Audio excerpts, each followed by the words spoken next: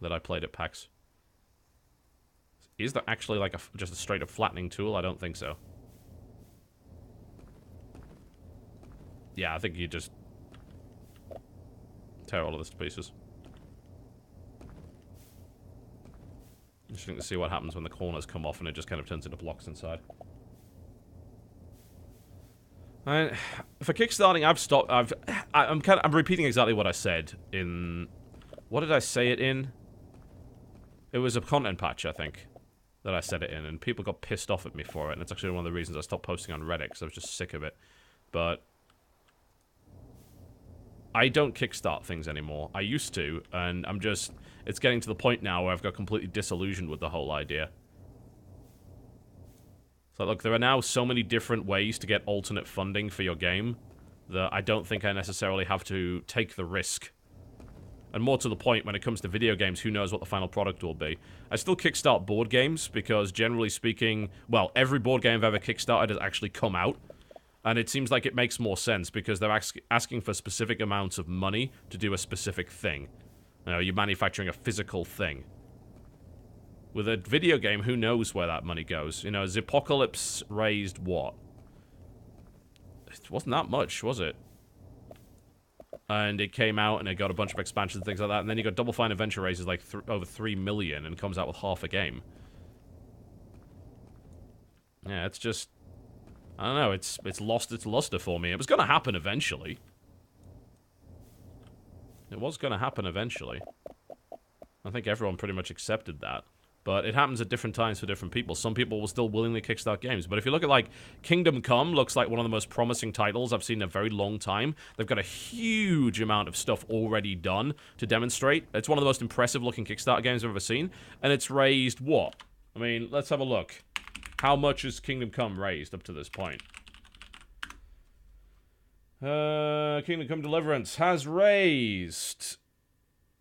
£813,000 with 3 days to go. Like, if that game had come out a year ago, it would have raised like 6 million, most likely.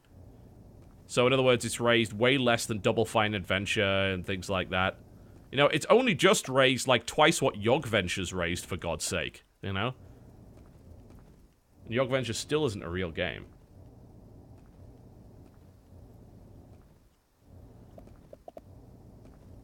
Yeah, I mean, it's not like there can't be successes coming out of Kickstarter, but frankly, you know, why risk it? And I think that's going to be the attitude of a lot of people, and it's because of people, like developers specifically, that were just completely irresponsible. And they didn't properly list their costs, and they had no idea how much the actual game would cost to make. They just guessed, asked for a bunch of money, and then mucked up. So, yeah, it's not that good games can't come out of it. You know, for fuck's sake, you know, a couple of years ago, I kickstarted Wasteland 2 for $1,000. $1,000. You know, I was that enthusiastic about the project, I threw $1,000 at it. You know, but I don't think I'd ever do that right now. Ever. I think I'm kind of done with that now. Okay, place the rest of the blocks. You can build pretty fast in this, too. I've got to say. You know, it certainly looks interesting, but the problem with games like this is they often end up in early access, and they drag on and on and on, and they can take God knows how long to actually come out. The thing about Hidden Path, though, is I think Hidden Path actually has a reputation, and that helps. They're not just some random dev saying, hey, early access our game. They're like the developers of CSGO and Defense Grid, and they're currently making Defense Grid 2, and they actually have... They have a pedigree. So, I think that helps significantly.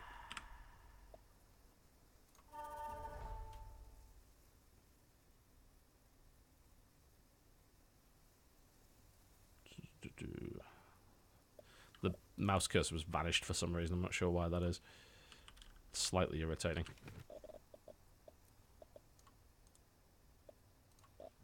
So I'm learning abilities to craft 5 stone steps. How is it gonna figure out what a stone step is, I wonder? I need to go back to that area that I was mining out earlier, because that's where most of my granite is. And actually make steps. Audio. Oh, it says craft. Okay. So you don't actually make them like that. You actually make steps. So steps are separate items. I assume you make them here? Yeah. Crafting book. Where's that? Crafting guide? See? Ah! I see. This shit actually makes sense. It's like, it's a quite nice crafting interface, actually. Aside from the fact that my mouse cursor has vanished, which makes it a lot more difficult to do, but...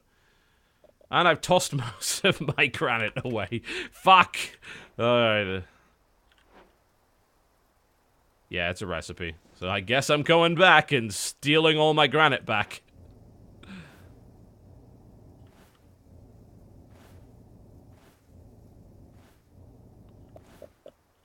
There we go. Oh, that makes sense. So you can only craft with it in the area of shrines. Music's nice. I give them credit for that. Music is nice. There we go. Can you queue them? You can. Alright, nice. Yeah, it's a pretty slick crafting interface. Okay. Go to that, get another reward.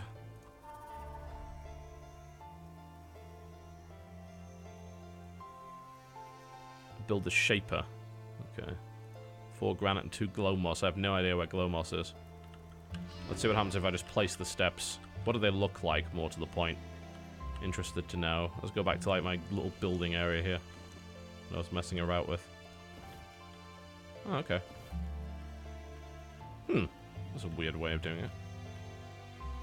Well, I thought you just kind of stack them on top of each other, but apparently not. If you actually combine them together, they link, and they actually form a structure. That's kind of neat. Yeah, look at that. Huh. That's quite the thing.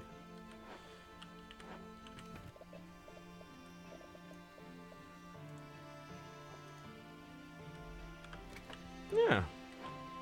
It definitely looks promising. Certainly. I'd say so.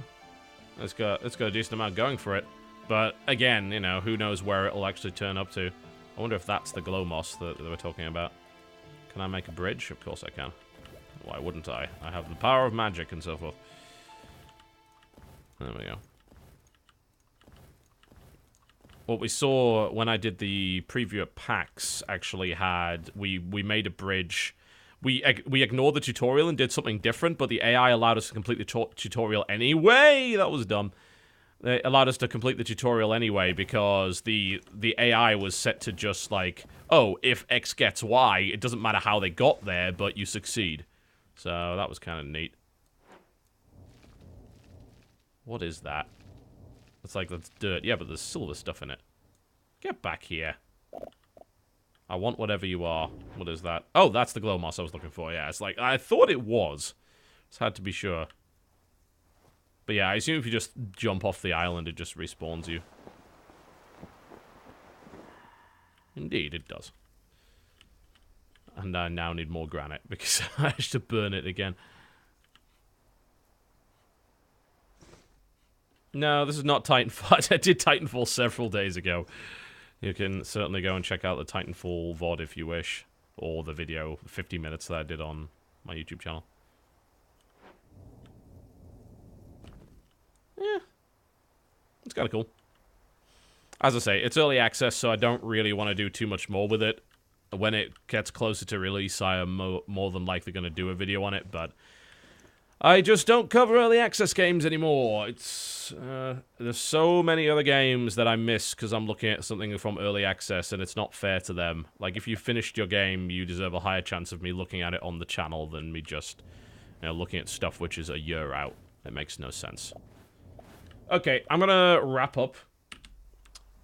And I obviously have other things to do, so I'm gonna probably go play a couple more hours of Card City Nights, and I'll then do my video on that for tomorrow, and we'll most likely do some Hearthstone for tomorrow as well. We'll have a card day, why not? What is the point in more games like this? Well, because Minecraft's shit. That's the main problem with it. Like, if the Minecraft concept is excellent, and the way that they've executed it is great, but the game has barely any content going for it. Like, you have to look at mods for actual content. The story for that game, like the actual quest, the main quest, is just awful. So, actually taking those building models, enhancing them, because, I mean, this is way better. Look at it. Like, this is, compare this to what Minecraft does, which is just, like, blocks. You know, this actually has shape to it. It's got a better crafting interface. The way that it's got a better interface in general. I mean, the interface is actually gorgeous. The UI design is really good. And the whole point of this game is to improve the world for these little creatures called Jinn, who are obviously not in the game yet, as you can see, but there's the Jinn option there. They're coming soon.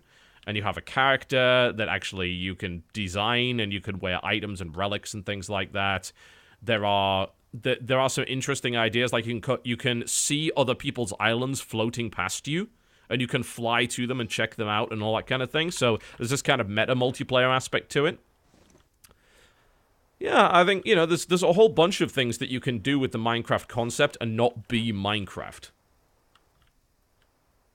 So I think that there's absolutely a place for that, if you're willing to go in there with a vision. Like, the problem I've got is when games like Castle Miner Z come along that are blatantly just cash-ins on the idea, a game that came out when Minecraft wasn't out on Xbox 360, and pretty much knocks it off in every way, visual and all, and has no sort of... It has no redeeming aspect to it. It's got, like, no aesthetic of its own. Whereas Windborne, this does not look like Minecraft, like, in any respect. It's obviously, like, lovingly crafted. It's got a great soundtrack. It looks pretty. It's got its own style to it. It's got fucking flying sheep that politely give you their wool when you ask them to. You know? Yeah.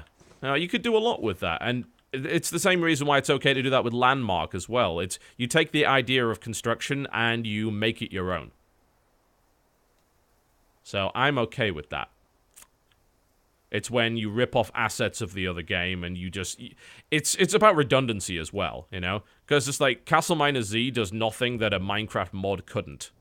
Whereas this kind of stuff, you know, it's demonstrating technology which most likely is not available in the Minecraft engine or anything along those lines. So you are talking about advancing the genre. That's what a genre is.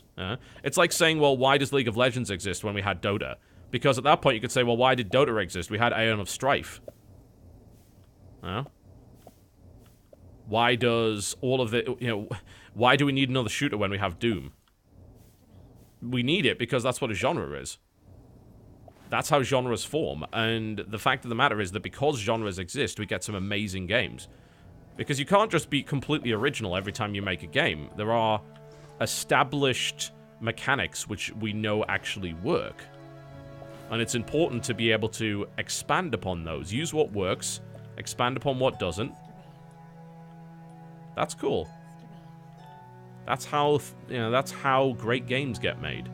Some of the greatest games of all time have borrowed concepts from previous titles. Now, Deus Ex most likely... I would say that Deus Ex only exists because of Cybermage, which is a game you probably haven't played. You know, think about Bioshock. You know, Bioshock exists because of the original System Shock, which in turn probably again exists because of Cybermage. You could even think about games like Robinson's Requiem, most likely, which was actually like a bad game. You know, it was a failure of a game. But the ideas taken from Robinson's Requiem went into things like Deus Ex, which ended up being an incredible game. Even stuff like Gears of War, you know, something you might dislike. It's like, oh, Gears of War, trash game. Yeah, but if Gears of War didn't exist, would Mass Effect have existed? And what you're probably going to tell me, if you're a smart fellow, is that a game called Killswitch did the cover system before that, and you would be right. But Killswitch wasn't very good. Gears of War did it better. It took a concept that already existed and turned it into a better game. And then a game like Mass Effect came along, turned it into a different genre. And that's the transformative nature of game mechanics and how you can take a game mechanic and turn it into something else. And that's very interesting to me, and I think that it's something that everyone should really value as part of the industry, because I think it's required. So when a game like Windball comes along, and it is obviously trying to do something different, I think that rather than just kind of snarking at it and saying, well, why should I play this because Minecraft exists, think about what it could do that Minecraft couldn't do, and whether or not the devs actually had a specific vision for it from the start. Because if they did, then that deserves respect. Alright, folks, I'm gonna wrap it up. Thank you very much for watching, and again, thanks to our new subscribers. Very much appreciated. Thank you very much for your support. If you haven't checked them out already, new content patches out today. The Axiom Alicia Spotlight, if you're into StarCraft 2, is out today as well. Check that out on the StarCraft channel. And also, WTF is Banished, also out on the channel. All available for you to watch. Thank you very much for watching, folks. I'll see you next time.